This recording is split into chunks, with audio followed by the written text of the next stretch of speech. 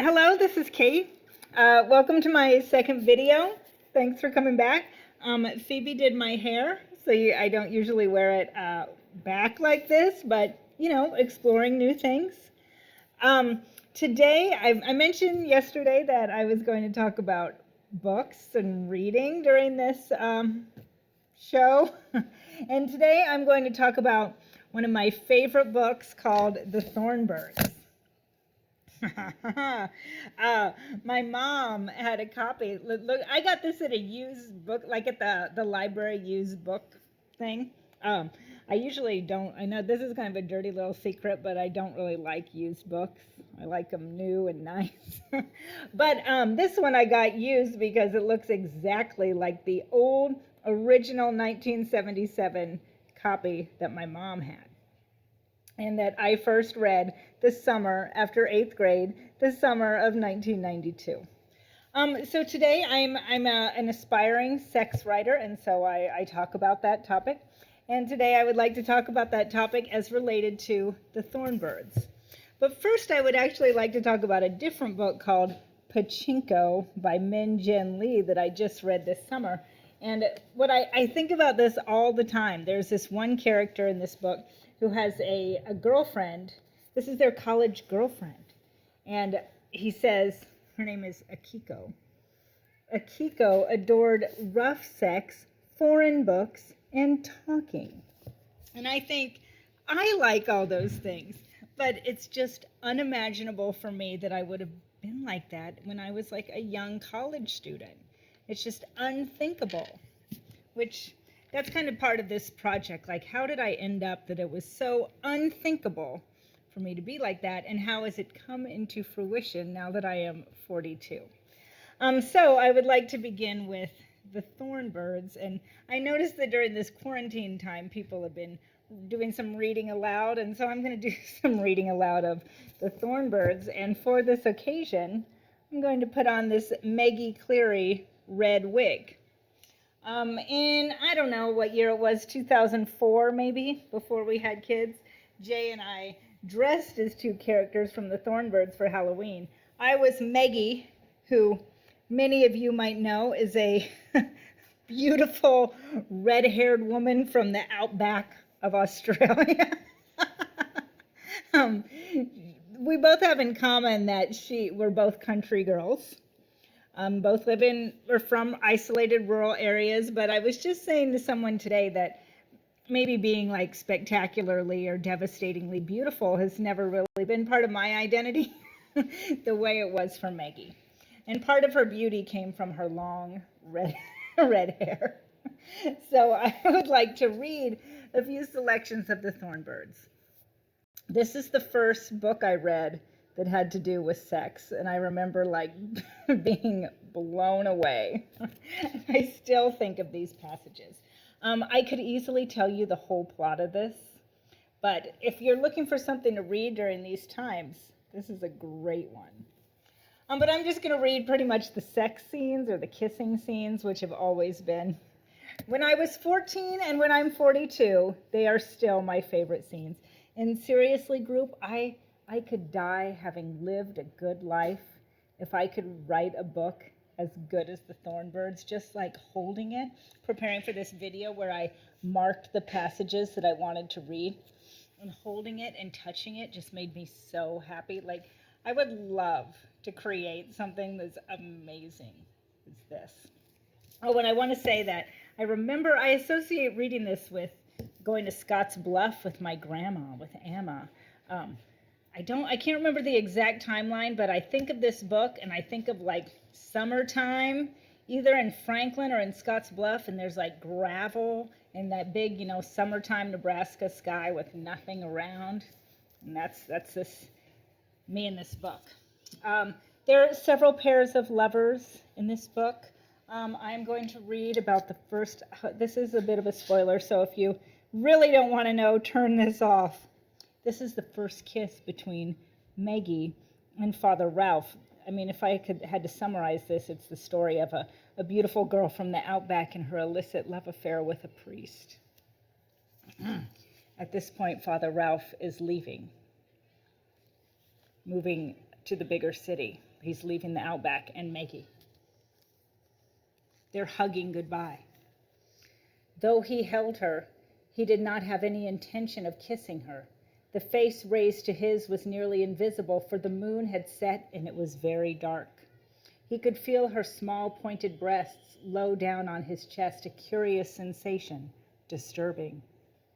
Even more so was the fact that as naturally as if she came into a man's arms every day of her life, her arms had gone up around his neck and linked tightly. He had never kissed anyone as a lover, did not want to now, nor, he thought, did Maggie. A warm salute on the cheek, a quick hug as she would demand of her father were he to go away. She was sensitive and proud. He must have hurt her deeply when he held up her precious dreams to dispassionate inspection. Undoubtedly, she was as eager to be done with the farewell as he was. Would it comfort her to know his pain was far worse than hers? As he bent his head to come at her cheek, she raised herself on tiptoe, and more by luck than good management, touched his lips with her own. He jerked back as if he tasted the spider's poison, and then he tipped his head forward before he could lose her, tried to say something against the sweet shut mouth, and in trying to answer, she parted it. Her body seemed to lose all its bones, become fluid, a warm, melting darkness. One of his arms was clamped around her waist, the other across her back, with its hand on her skull, in her hair. Holding her face up to his as if frightened she would go from him in that very moment before he could grasp and catalog this unbelievable presence who was Maggie. I'll stop right there. So I have never forgotten that image of spider's poison. And then the things move on, and Maggie and this other guy, Luke, get together, and they're in a car. And I just couldn't believe this when I was in the summer after 8th grade. I was just like, what? It's like when I read this John Updike book called Couples. There was this scene in it when these two people that were not married to each other were in the bathroom of somebody's house. They were swingers, I guess, although I certainly didn't understand that when I first read Couples, even though I was like 21. And there's this scene, and the guy says to the mother who had just had a baby, she's with like her male friend, and they're in the bathroom, and he's like, "Nurse me." And I was like, what do you mean? And so she like nurses him, a grown man in the bathroom. So anyway, this is somewhat like that. Maggie and Luke, who's like a stockman on the ranch in Drogheda in Australia. This is Luke talking about Maggie. And there was her throat, the little hollow at its base, the skin of her shoulder so delicate and cool and dry, powerless to call a halt, almost beside himself with fear lest she should call a halt. He removed one hand from her head and plucked at the long row of buttons down the back of her dress, slid it off her obedient arms, then the straps of her loose satin slip, face buried between her neck and shoulder. He passed the tips of his fingers down her bare back, feeling her startled little shivers, the sudden hard points to her breasts. He pushed his face lower in a blind, compulsive touch search of one cold, cushioned surface, lips parted, pressing down until they closed over taut, oh shoot, I should have prepared, ruched? I don't even know this word, R-U-C-H-E-D, flesh. His tongue lingered for a dazed minute. Then his hands clutched in agonized pleasure on her back, and he sucked, nipped, kissed, sucked. The old eternal impulse, his particular preference, and it never failed. It was so good, good, good, good! He did not cry out, only shuddered for a wrenching, drenching moment, and swallowed in the depths of his throat. And then, I'm not going to read, I'll save that for you, the scene on Matlock Island with Maggie and Father Ralph, but check it out for yourself. But there's another scene, and I really wanted this kind of thing for me and Jay. Like, it hasn't ever actually happened that we have ever made love on a tiger skin rug in front of the fire.